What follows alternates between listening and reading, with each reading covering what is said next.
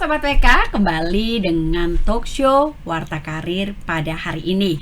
Nah, kita tuh udah lama banget ya nggak ketemu, terus nggak ngebahas tentang karir dan dunia pekerjaan di luar sana. Ada apa perkembangannya? Ternyata banyak sekali kasus yang ada hubungannya dengan dunia kerja gitu ya.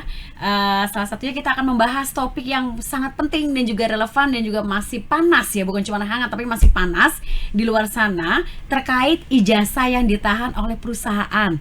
Itu legal atau ilegal? Itu boleh atau nggak boleh gitu kan? Pasti pada pengen tahu semuanya. Nah, fenomena penahanan ijazah ini seringkali tuh menimbulkan banyak pertanyaan, terutama para pencari kerja atau para karyawan secara langsung. Misalnya juga selain pertanyaan juga kekhawatiran mereka ya, apakah nanti akan dikembalikan atau bagaimana gitu ya. Untuk itu seperti biasa saya sudah mengundang pakarnya. Ya, kita undang seperti biasa praktisi HR yang sangat berpengalaman di bidangnya, Mbak Fitri. Apa kabar? Baik, udah lama banget ya Mbak Ria. Iya, udah lama banget. Mbak, aku mau diceritain dong Mbak, ini sebenarnya kan banyak banget ada perusahaan di Surabaya. Satu perusahaan Surabaya, kemudian di Pekanbaru juga. Kayaknya sih Pekanbaru itu juga hampir mirip kasusnya.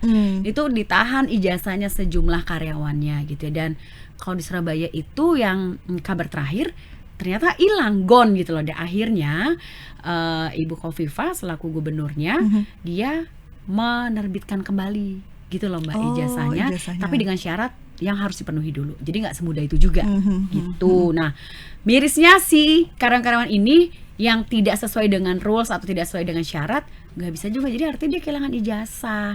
Nah, yang jadi pertanyaan kita dan keresahan karyawan dan para calon-calon pencari kerja nih Mbak, emang boleh nggak sih Mbak perusahaan itu tuh menahan ijazah asli gitu loh? Sebenarnya gimana sih Mbak? Oke, jadi sebenarnya ini tuh kontroversial dalam artian sebetulnya secara hukum nggak ada yang melarang gitu, baik di gitu. Undang-Undang Ketenagakerjaan. Jadi nggak ada undang-undangnya ya Mbak? Iya, baik Undang-Undang Ketenagakerjaan ataupun undang-undang lain di luar Undang-Undang Ketenagakerjaan. Itu kenapa kemudian banyak perusahaan yang mempraktekkan penahanan ijazah ini sampai saat ini. Saya sendiri sebetulnya pelaku dulu waktu saya masih bekerja buat salah satu perusahaan. Waktu itu kita bikin manajemen trainee program gitu. Nah, manajemen trainee program ini dibikin sebagai jawaban dari persaingan rebutan talent di market gitu. Jadi waktu itu sebut aja lah saya kerja di sebuah stasiun televisi. Nah, di tahun itu ada 2 TV baru yang muncul dan mereka ngambilin talentnya kita. Nggak cuma sedikit Mbak, banyak banget, 80 orang. Dan itu kayak satu divisi berarti ya Mbak ya? Itu di fungsi produksi yang adalah jantungnya TV gitu kira-kira. Nah, berangkat dari situ kemudian kita pikir udah, daripada kita hire orang-orang yang profesional pasti costnya lebih mahal, kita rekrut fresh graduate, kita training mereka dari kosong, dari nol, tapi mereka harus kita tahan ijazahnya karena boleh dibilang kasarnya gini, lo gue kasih training gratis kira-kira gitu, dibayar lagi dengan gaji gitu, kita tahan ijazahnya waktu itu. Tapi waktu itu memang komitmen kita adalah kita jaga betul ijazah ini karena kita tahu ini sesuatu yang berharga kan buat mereka gitu. Jadi waktu itu kita sampai sewa safe deposit box untuk nyimpan ijazahnya. Jadi kita nggak simpan sembarangan di sembarang tempat gitu. Kayak cuma ditaruh di lemari atau di di brankas itu enggak ya Mbak ya? Enggak, di safe deposit box, dan itu setiap kita rutin untuk ngeceknya ke banknya gitu. Itu jadi waktu itu adalah salah satu cara untuk mengikat mereka supaya mereka bertahan gitu ya. Sampai waktu itu kayaknya kalau nggak salah durasinya 2 tahun gitu. Oh, baik. Walaupun surprisingly waktu itu ada juga yang akhirnya nekat resign, jadi membiarkan ijazahnya tetap ditahan sama kita gitu. Sampai saat ini aku nggak ngerti, jangan-jangan waktu itu yang mereka submit ke kita sampai jangan-jangan yang submit ke kita tuh ijazah palsu, nggak tahu juga gitu. Tapi anyway, balik lagi ke pertanyaan Mbak Ari, sebetulnya secara hukum nggak ada yang melarang itu gitu. Tapi memang kalau kita bicara dari sisi kemanusiaan sebenarnya jadi kayak nggak memenuhi hak asasi manusia ya, itu kan. Terus tadi saya mau tanya ini Mbak, ini sebenarnya melanggar HAM nggak sih Mbak kalau misalnya menahan ijazah aslinya mereka gitu loh Mbak, kayak gitu sih. Kalau dari perspektif itu iya pastinya. Nah, sebenarnya win-win solutionnya adalah penahanan ijazah ini kemudian diatur di perjanjian kerja. Jadi sama-sama sepakat gitu bahwa si karyawan ini Setuju gitu ya, Mbak ya? memberikan atau setuju untuk ijazahnya ditahan selama periode tertentu oleh perusahaan Perusahaan gitu. tempat dia bekerja Bekerja. gitu ya. Nah, makanya nah yang sering kali terlewatkan adalah emang calon karyawan itu nggak baca detail tuh perjanjian kerjanya. Jadi mereka kelewat di pasal-pasal yang menurutku cukup penting ya gitu. Jadi main tanda tangan aja gitu Main ya. tanda tangan biar aja cepat nggak gitu ya. baca, betul. Yang penting yang dilihat pasti pasal gaji, Penempatan jam ya. kerja, penempatan itu tuh Iya. yang mereka lihat paling utama. Padahal sebenarnya di belakang-belakangnya Juga banyak ada ketentuan yang krusial penting juga gitu ya, Heeh, Mbak ya. gitu. Baik, Mbak. Kalau menurut Mbak Fitri nih, seorang karyawan ketika ijazahnya ditahan tuh harus bersikap seperti apa sih, Mbak? Sebenarnya balik lagi ke karyawannya ya. Maksudnya gini, kalau emang dia cukup percaya sama perusahaan ini dan dia yakin bahwa ijazahnya tidak akan disalahgunakan gitu ya. Dan dia yakin bahwa dia bisa bertahan lama di situ, betah lah kira-kira gitu. Menurut saya harusnya kalau dan dia nggak punya pilihan lain gitu ya. Dan situasinya dia lagi betul-betul butuh kerjaan, menurut saya nggak ada salahnya untuk mengikuti apa yang sudah ditetapkan gitu. Tapi kalau emang dia melihat bahwa perusahaannya kredibilitasnya juga kurang baik, nggak meyakinkan lah gitu menurut saya, dan dia punya opsi lain, mendingan pilih opsi yang lain aja yang yang nggak ada ketentuan untuk penahan ijazah gitu. Jadi Tapi dia menurut juga saya bisa. Tapi sebenarnya dia punya ini kan punya hak untuk misalnya menolak gitu, boleh nggak sih, Mbak? boleh. Tapi Boleh kalau ya. memang si perusahaan yang nggak ngasih opsi untuk dia menolak, artinya gini, take it or leave it. Kalau lo mau join gue ya lo gue tahan ijazahnya, kalau enggak ya enggak. Ya Udah, sudah, berarti silakan gitu ya. silakan Oh gitu. apa namanya mengundurkan diri dari proses gitu. Cuma kalau yang aku tahu ya, perusahaan-perusahaan besar sih sekarang udah tidak menerapkan itu gitu. Karena menurut mereka talent di market banyak, jadi gue gak akan takut kehilangan orang gitu. Iya. Ditambah apalagi kan saat ini semuanya kan serba online ya, Mbak ya. Jadi mereka ya bisa lah cuma kirim semuanya yang serba digital itu, bisa difoto atau di scan udah cukup gitu ya, Mbak ya, kan kayak gitu. Nah, Atau ada tools lain lah untuk bisa bikin karyawan bertahan, kan bisa macam-macam ya. Iya. Balik lagi ke perusahaan itu sendiri, sejauh mana lo bisa kasih kenyamanan buat karyawan sehingga karyawan itu punya alasan buat bertahan tanpa harus nyerahin ijazah gitu. Itu sih menurutku gitu. Iya sih, betul juga. Nah, gini Mbak, praktek penahanan ijazah yang terjadi pada beberapa perusahaan ya, Mbak ya. Sebenarnya sih yang ketahuan sih baru yang booming itu kan baru dua. Tapi kan sebenarnya mungkin ada sejumlah yang kita nggak pernah tahu, nggak pernah muncul ke permukaan. Nah, apakah menahan ijazah ini menunjukkan bahwa sistem di perekrutan dan manajemen SDM itu belum ideal atau belum baik gitu? Menurut Mbak gimana? Bisa Pandangan jadi, Mbak Fitri gimana? bisa jadi. Kata dia, aku bilang kalau misalnya dia punya cukup capability buat bikin orang tertarik untuk bekerja di perusahaannya, harusnya dia nggak harus ketakutan kehilangan karyawannya gitu dengan kemudian menahan ijazah gitu. Toh tadi saya sampaikan di awal kan, bisa jadi gimana kita meyakinkan diri kita dari sisi perusahaan bahwa yang disubmit itu adalah ijazah asli misalnya gitu. Itu yang tadi saya ceritain, orang karyawan resign begitu aja dengan meninggalkan ijazahnya gitu ya. Ijazahnya ijazah S1 S2 loh yang dia tinggalin ke aku. Sayang banget. Itu yang kita nggak ngerti. Mbak, itu susah banget S1 S2. Itu yang kita nggak ngerti, apakah yang dia submit ke kita itu adalah palsu, atau yang kedua dia akan sebegitu mudahnya minta lagi sama kampusnya gitu. Itu yang kita nggak ngerti gitu. Jadi artinya nahan ijazah pun sebenarnya bukan jaminan pasti bahwa orang itu akan bertahan gitu. Gitu. Dan biasanya mungkin kalau yang ditahan itu satu ya tadi perusahaannya mungkin nggak terlalu yakin bisa dapat orang sebegitu mudahnya, atau kedua posisinya turnovernya cukup tinggi gitu, sehingga si rekrutmennya ini cukup kewalahan buat gonta-ganti orang. Balik lagi tadi bener Mbak Ari, capability-nya barangkali juga nggak terlalu mumpuni, sehingga dia nggak cukup punya bank data untuk nge-replace orang-orang yang resign ini gitu ya Mbak ya.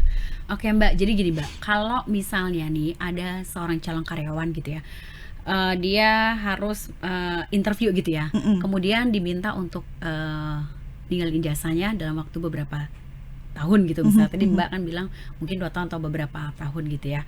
Nah, ketika dia menjadi karyawan, itu apa yang mesti dilakukan, ataukah etis nggak sih kalau misalnya dia tiba-tiba nanya misalnya per 3 bulan atau per 6 bulan hanya untuk memastikan bahwa ijazah gue tetap aman gitu-gitu loh Mbak.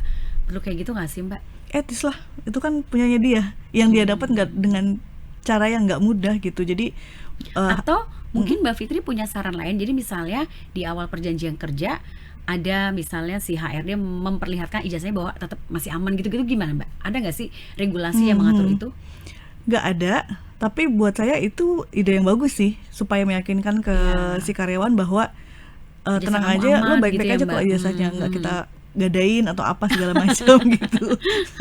Buat beli beras gitu. Bener-bener itu ide yang bagus sih. Itu sih aku nggak pernah lakukan.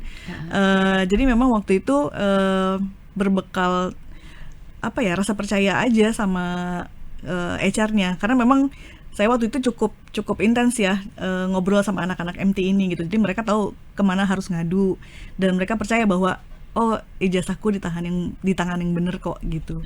Tapi yang tadi Mbak Ari sampaikan itu ide bagus sih, harusnya bisa begitu gitu. Tenang aja, ini ijazahnya udah setahun, masih di kita masih baik-baik aja. Atau dari awal udah bilang bahwa ini kita simpan di safe deposit box misalnya, atau di tempat manalah yang dipilih sama perusahaan yang dianggap aman. Baik, nah ini jadi ide bagus nih buat mungkin teman-teman HRD di perusahaan-perusahaan di luar sana, bahwa kalau misalnya memang harus menahan ijazah karena talent itu sangat potensial bagi perusahaan kalian, itu ya pakai perjanjian lah, biar sama-sama enak gitu ya Mbak di awal.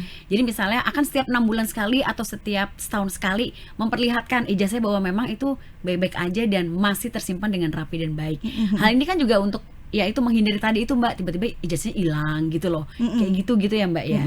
Dan menurutku udahlah nggak usah pakai tahan-tahan ijazah, pakai cara lain dengan misalnya gini, ODP di bank itu, program-programnya MT Bank itu setahu saya nggak nahan ijazah, tapi mereka tetap menerapkan yang namanya penalti.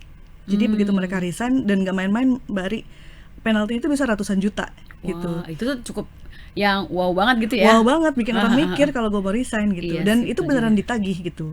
Mungkin orang mikirnya udahlah, nggak siapa juga yang mau nagih, itu ditagih gitu. Dan apa yang kemudian mereka berikan sebagai apa ya, sebagai trade-in atau barter dari resiko yang mereka bakal terima kalau mereka resign, ya dikasih fasilitas kerja yang baik, dikasih training yang kerja minimal harus baik dulu gitu ya Mbak ya. Jenjang karir yang jelas, terus program pelatihan yang jelas. Abis ini saya kemana, abis ini saya ngapain, saya ada di posisi apa gitu. 2 tahun ke depan saya bakal jadi apa. Itu tuh jadi kayak worth it gitu loh. Itu tanpa menahan ijazah pun bisa seperti itu. Jadi menurut saya udahlah nggak usah pakai tahanan ijazah, itu old school banget gitu solasi. Jadi kayak memperlihatkan bahwa perusahaan itu nggak profesional sebenarnya gitu ya sih Mbak? Menurutku sih begitu ya.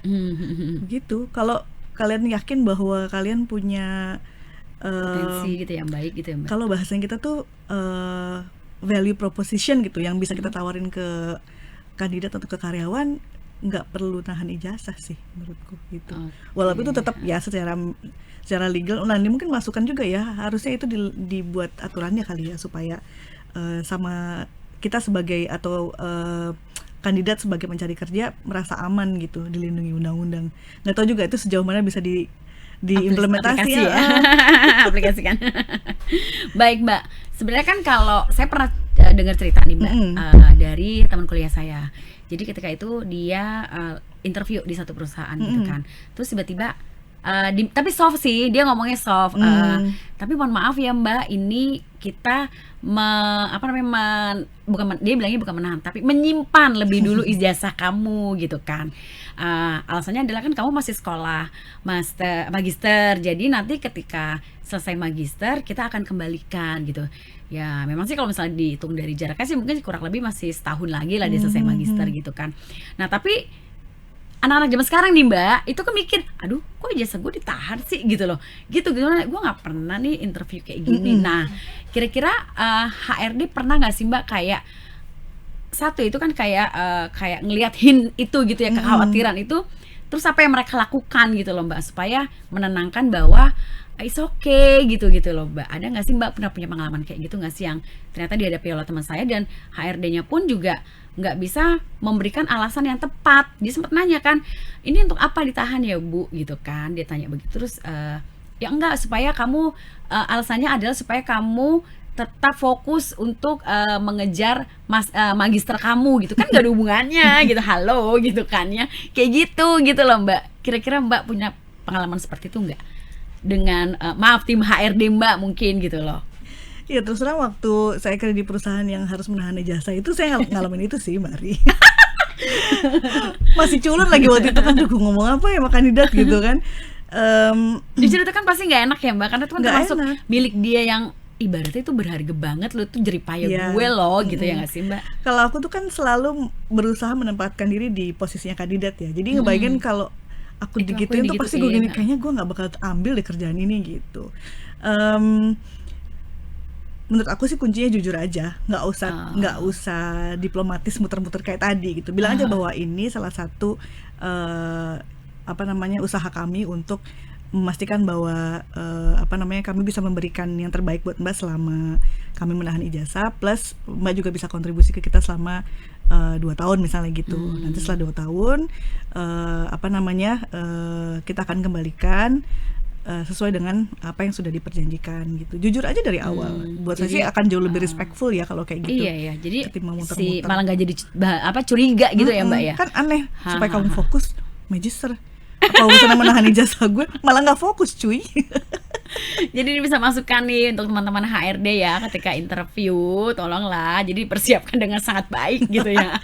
Iya benar-benar, apalagi Gen Z sekarang. Saya yakin 1000% begitu mereka interview dan dikasih tahu bahwa salah satu syarat untuk joinnya adalah nahan ijazah, yakin ditinggal deh. Pasti. Iya sih, betul juga sih Mbak. Anak-anak sekarang kan jauh lebih risk taker ya gitu. Iya. Walaupun kadang-kadang tanpa perhitungan juga gitu. Tapi ya kalau emang kepengen jadi preferred employer atau perusahaan yang dipilih sama Gen Z, ilangin aturan itu menurutku gitu sih. Oke, baik Mbak. Ada ketakutan juga dari pelamar kerja gitu ya, dari kandidat. Jadi mereka takutnya gini, kalau misalnya gue nggak terima nih, nggak ambil posisi itu hanya dengan alasan karena gue nggak setuju dengan penahanan ijazah gitu ya Mbak ya. Jadi dia nggak setuju dengan penahanan ijazah, kemudian dia ambil yang udahlah gue nggak jadi ambil, gue pergi aja, gue cari tempat yang lain.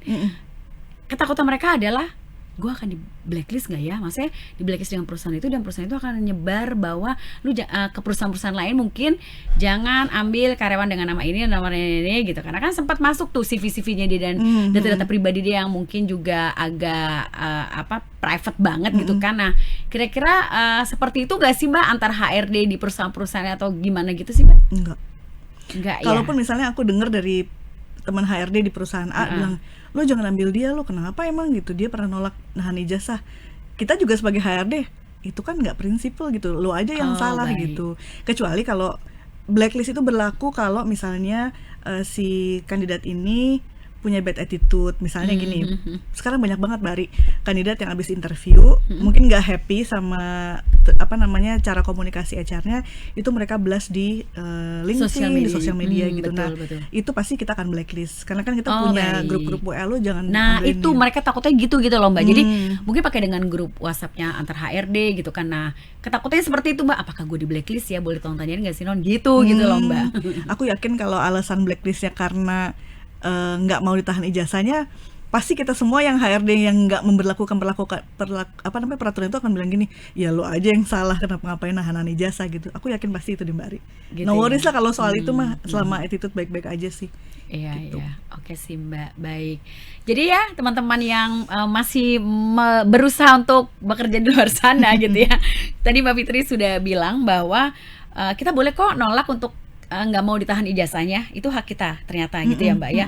Dan kalau misalnya mereka memaksa pun ya harus kasih alasan yang jelas dan jujur itu ya dan Mbak. tertulis, minta ditulis itu di perjanjian awal gitu ya. Jadi ketika ada sesuatu terjadi misalnya nih perusahaannya tiba-tiba harus bangkrut atau apa, kan itu juga kita bisa selamatin diri sendiri dengan cara bawa ijazah kita semuanya gitu ya Mbak ya. Atau kalau perusahaannya kemudian tidak menahan di tempat yang seharusnya, kan bisa aja perusahaannya kena banjir, amit-amit gitu ya, kebakaran segala macam kan. Kebakaran ya iya sih, benar juga bencana alam kan ngeri kita juga tahu, ya betul. Nah ketika seorang kandidat itu setuju Mbak, setuju untuk ditahan ijazahnya, ada nggak sih saran dari Mbak Fitri kira-kira apa yang harus dia lakukan? Kayak seperti tadi ya, mungkin salah satunya adalah minta diperlihatkan, atau apalagi Mbak menurut Mbak supaya ih beneran loh, ini gue harus save dulu gitu loh. Karena kan dia juga mungkin kan butuh untuk, maaf ya Mbak, kan kalau zaman sekarang dia anak Gen Z terutama ya, itu nggak akan stay di satu tempat perusahaan untuk dalam waktu yang sampai lama. sekian tahun gitu loh. Nah, butuh untuk di tempat yang lebih baik misalnya begitu, gimana Mbak? Kuncinya cuma satu itu, minta tertulis perjanjian gitu bahwa akan dijaga dengan baik. Terus kemudian misalnya nih sekali waktu dia ada kebutuhan buat bikin apalah, misalnya visa atau bikin apa, itu dia bisa pinjam sementara gitu. Itu pastikan dia. itu jangan sampai kepentingan dia yang lain terhambat karena dia harus ditahan ijazahnya. Ditahan ijazahnya gitu.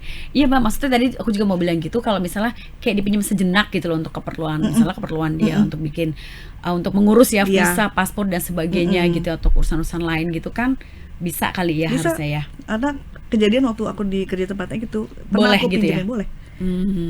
Baik. Gitu. Oke, baik Mbak Fitri, terima kasih banget bahwa Sama-sama. ternyata kita semua udah jelas ya Mbak ya. Ijazah itu zaman sekarang nggak perlu ditahan, ngapain gitu ya, banyak talent gitu kalau untuk sisi dari HRD-nya. Lalu dari sisi karyawan sendiri atau kandidat itu kan juga lebih melegakan karena oh ternyata boleh atau menolak. Jadi nggak usah takut ya Mbak kehilangan pekerjaan, karena ternyata kalau memang kita dibutuhkan, mumpuni, itu pasti banyak yang cari kok. Udah tenang aja ya nggak sih Mbak? Baik, saran Mbak Fitri dong buat HRD, tim HRD dan juga tim kandidat. Silakan Mbak. Oke. Kalau buat HRD, teman-teman HRD ya menurut saya perbaiki aja sistem rekrutmen kita. Kemudian pastikan kita punya value yang kita bisa tawarkan ke kandidat untuk bisa kemudian menarik mereka untuk bekerja bersama kita dan bertahan cukup lama tanpa harus nahan ijazah. Itu dari HR.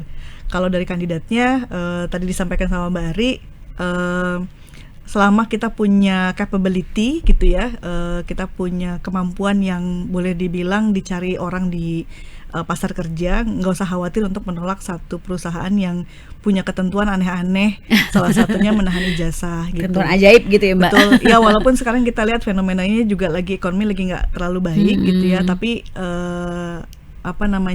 masih banyak kok opportunity lain, nggak cuma di lokal Indonesia, di luar juga banyak yang nggak harus kita store ijazah untuk bisa kemudian bekerja. Itu sih, kecuali kalau memang udah desperado banget gitu, nggak ada kerjaan segala macam, dan sekali lagi harus memastikan bahwa perusahaannya bisa dipercaya, cukup kredibel untuk bisa kita percaya, kita serahin ijazah kita gitu. Itu sih kalau udah emang emergency banget kondisinya gitu. Baik, terima kasih Mbak Fitri dan Sobat Sama-sama. BK. Terima kasih sudah menyimak kami berdua di sini. Nantikan episode selanjutnya dalam tema untuk perkembangan karir dan juga seputar dunia kerja. Tentu saja di wartakotalive.com. Saya dengan Conita Ari pamit undur diri dan sampai jumpa minggu depan. Dah.